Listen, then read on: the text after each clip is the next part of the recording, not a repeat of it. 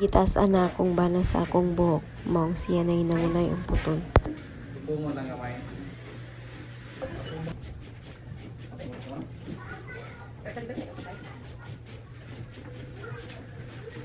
Ay, nagluwa nga, nagluwa.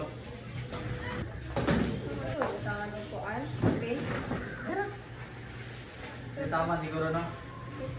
Kursunada gyud kayo siya ni putol sa akong buhok. Oh. Murag gyud professional barber.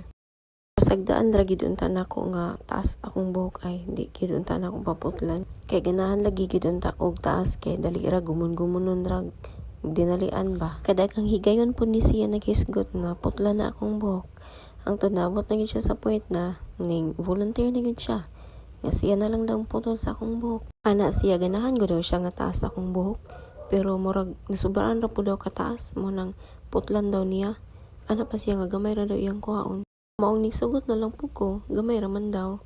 Abi ra gyud ako, gamay lang gid kaayo. Pag ando, murag taas-taas maning iyang gipawiran sa ko Moto, samtang nagputol siya sa akong buhok, sige po reklamo. Taod-taod po yun ni siya nagputol sa akong buhok. Sige pa siya hisgot na. Unta, na daw ruler kay ihang tupungon. Taod-taod, ihang tupungon. Di mo anak, nga hiwi na po daw. Hangtod kadugay ni anak ako sa iya nga tama na oy basig mumubo na nagmayo akong buhok di na ko ganahan anak. Tama na na oy dili na tupong ba kay inig stay kay mga maulo dili na sa tupong. Pero Kasalanan mo to. Kasalanan mo to. Look at my hair.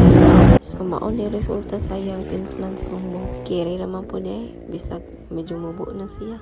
Kudos to my husband.